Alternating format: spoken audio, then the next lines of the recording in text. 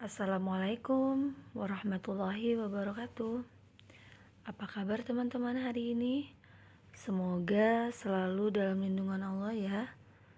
Amin. Alhamdulillah kita bertemu lagi di Sentra Sosial Budaya ya, dengan Ibu Aina, dengan tema ekosistem dan subtema gunung, goa, dan karst. Nah, teman-teman, ada yang tahu apa sih ekosistem gunung itu? Baik, Ibu akan beritahu ya. Nah, di sini ada gambar gunung. Nah, gunung itu adalah bagian dari permukaan bumi yang menjulang lebih tinggi dibandingkan dengan daerah sekitarnya ya. Nah, kita dapat melihat gunung lebih tinggi daripada pohon. Gunung lebih tinggi daripada manusia. Gunung lebih tinggi daripada rumah kita. Seperti itu ya teman-teman. Nah, tidak hanya itu saja, ternyata gunung juga memiliki ciri-ciri ya. Nah, ciri-ciri gunung di sini, nah, yaitu ketinggiannya rata-rata di atas 600 meter.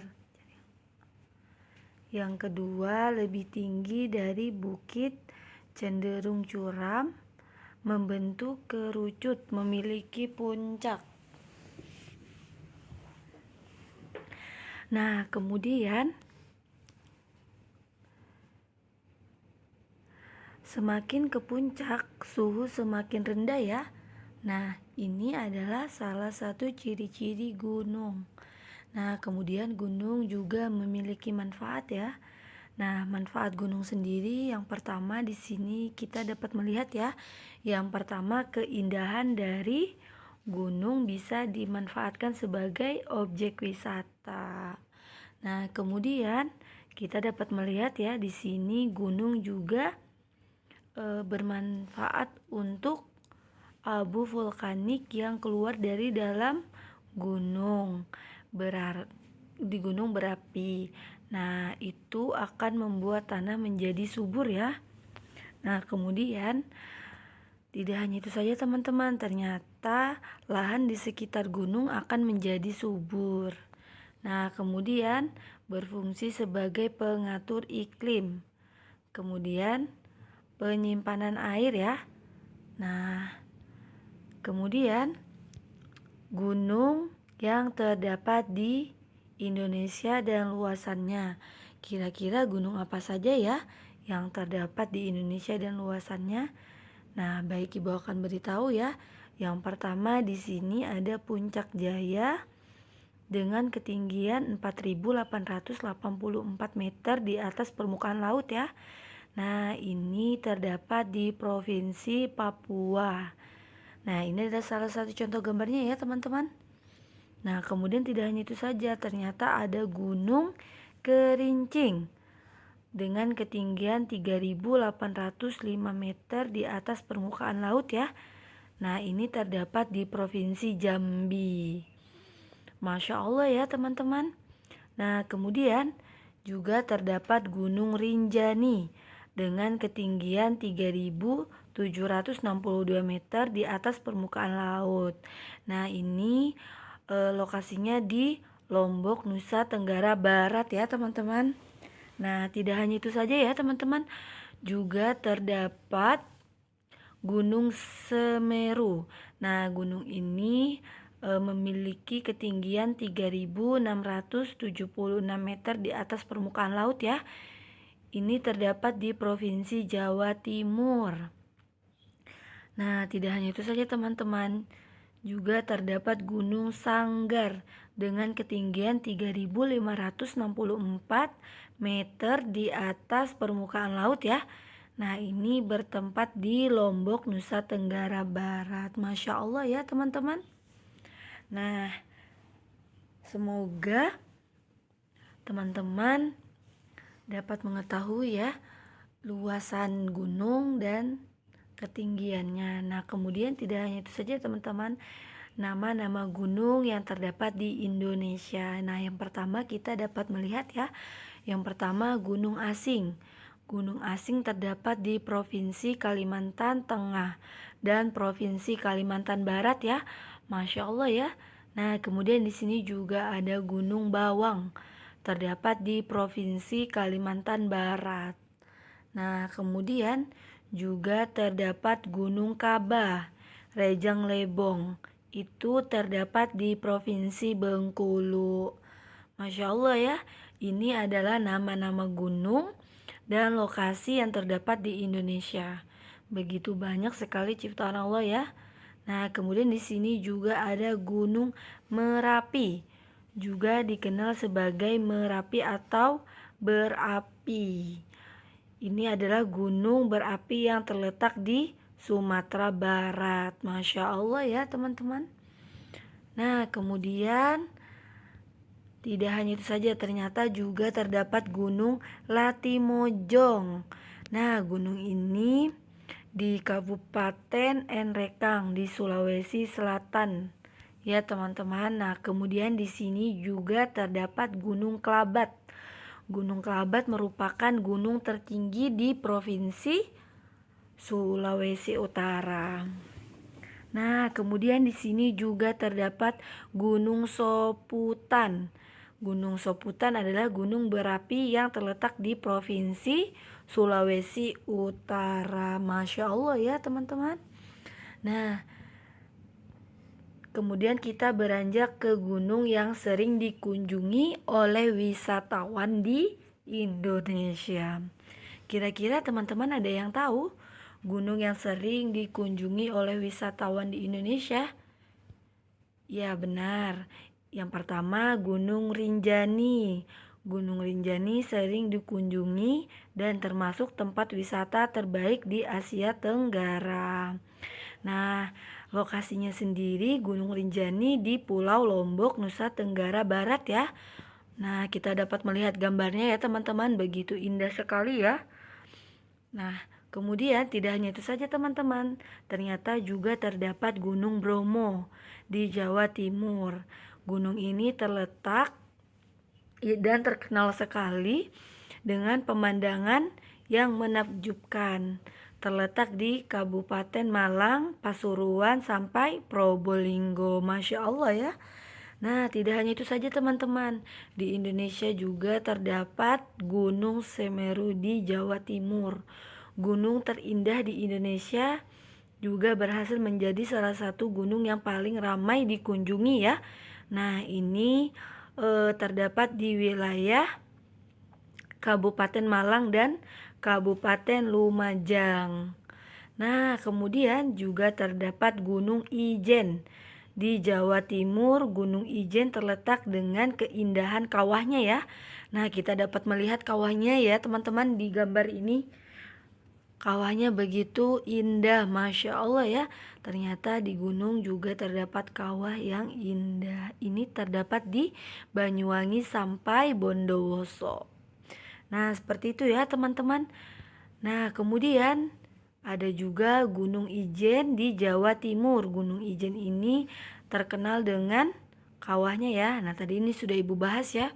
Kita lanjut saja ke Gunung Merbabu. Gunung Merbabu menyajikan keindahan yang berupa padang sabana yang bisa kita nikmati dari lereng-lereng puncaknya ya. Nah, ini terdapat di Magelang sampai Jawa Tengah. Nah, seperti itu ya teman-teman. Alhamdulillah, semoga apa yang Ibu sampaikan teman-teman dapat paham ya. Nah, kemudian kita beranjak ke ekosistem goa. Nah, kira-kira teman-teman ada yang tahu ekosistem goa itu apa ya? Nah, baik Ibu akan beritahu ya. Nah, kita dapat melihat contoh gambar ini. Ini adalah salah satu contoh gambar goa ya. Nah, goa sendiri adalah sebuah lubang alami di tanah yang cukup besar dan dalam beberapa bagian di dalamnya tidak menerima cahaya matahari ya. Nah, ini salah satu pengertian goa. Ternyata goa sendiri juga memiliki ciri-ciri ya, teman-teman. Ada yang tahu ciri-ciri goa? Ya, benar. Yang pertama, batas-batas yang jelas, kemudian ruang yang tertutup, kemudian kegelapan. Nah, kita dapat melihat ya, teman-teman, bahwasanya goa juga memiliki batasan-batasan yang jelas. Kemudian gelap ya. Nah, ternyata tidak hanya itu saja teman-teman. Goa juga memiliki manfaat. Ada yang tahu manfaat goa? Iya benar, manfaat goa yang pertama, daya tarik wisata budaya. Kemudian kelembapan. Kemudian juga ada aliran udara yang stabil. Seperti itu ya teman-teman. Nah, untuk goa sendiri ternyata di Indonesia juga ada di beberapa wilayah ya. Nah, kita dapat melihat yang pertama goa yang terdapat di Indonesia. Nah, ini goa biru di Maratua. Pastinya teman-teman sudah pernah mengunjungi ya goa biru di Maratua. Goa ini terletak di Kepulauan Derawan, Kabupaten Berau, Provinsi Kalimantan Timur ya. Masya Allah ya teman-teman, kita dapat melihat contoh gambarnya nih. Masya Allah ya, goanya berwarna biru dan sangat cantik. Semoga corona sudah tidak ada lagi dan kita bisa jalan-jalan ke sana. Nah, kemudian juga ada Goa Batu Gelap. Nah, goa ini terdapat di Tenggarong Seberang, Kabupaten Kutai Kartanegara ya teman-teman. Nah, kemudian juga terdapat Goa Pindul, Desa Gunung Kidul di Yogyakarta. Masya Allah ya teman-teman. Ternyata goa yang terdapat di Indonesia banyak sekali ya. Nah, tidak hanya itu saja teman-teman. Goa yang terdapat di Indonesia juga terdapat Goa Gong.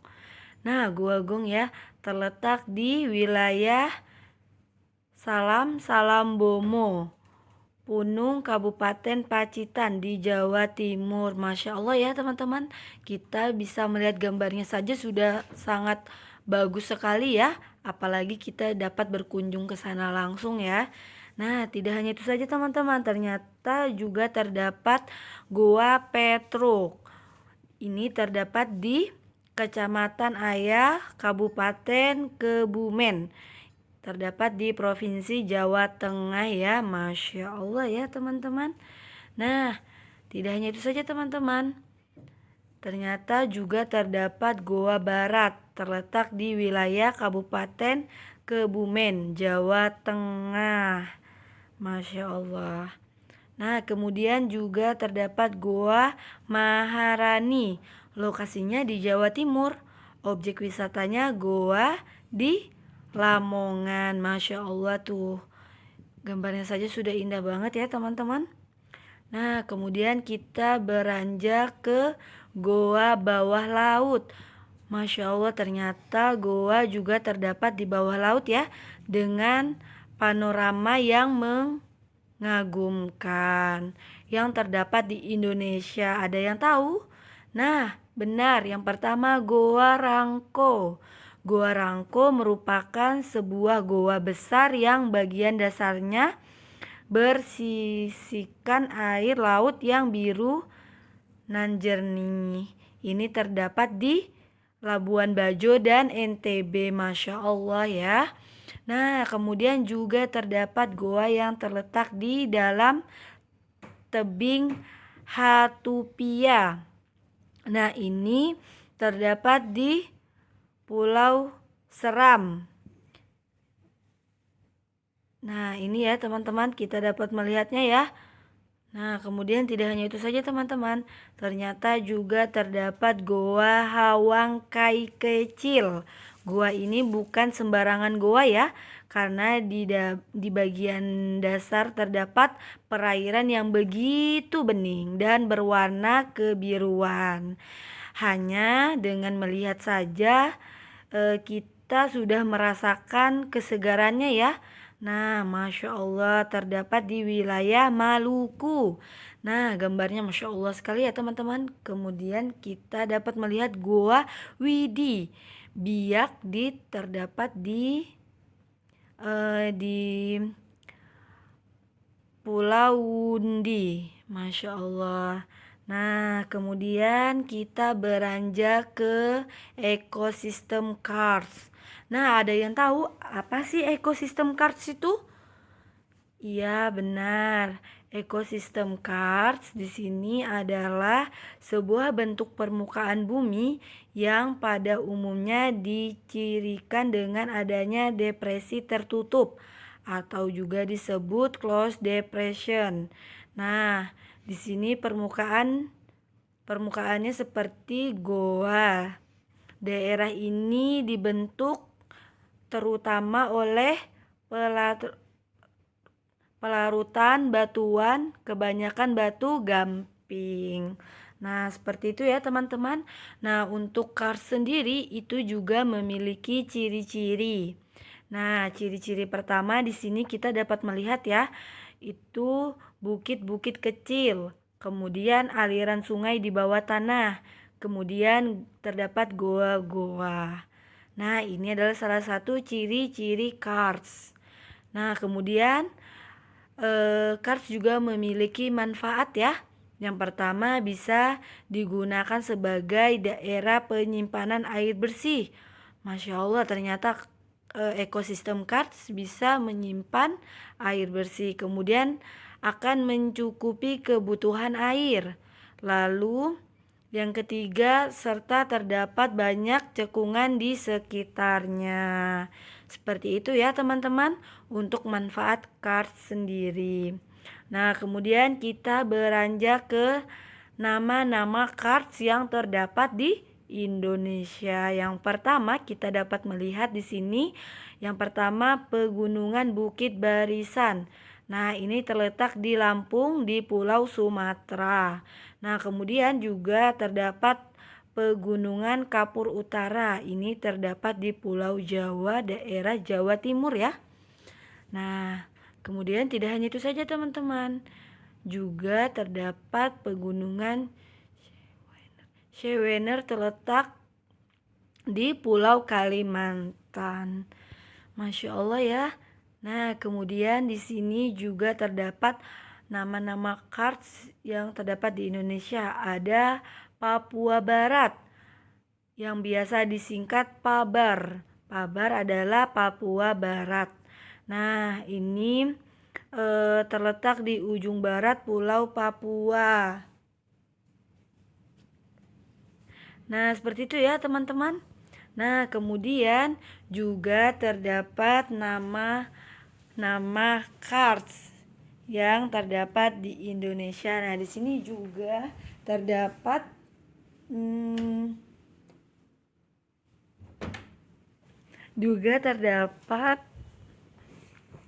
Pegunungan Sewu.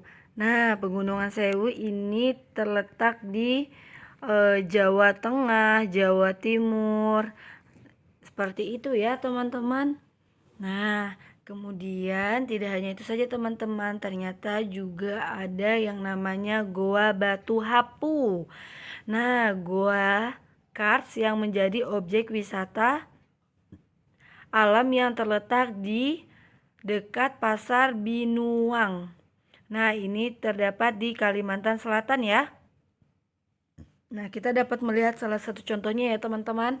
Nah, semoga apa yang Ibu sampaikan teman-teman dapat memahami ya dengan ekosistem kars. Alhamdulillah, kita beranjak ke tugas.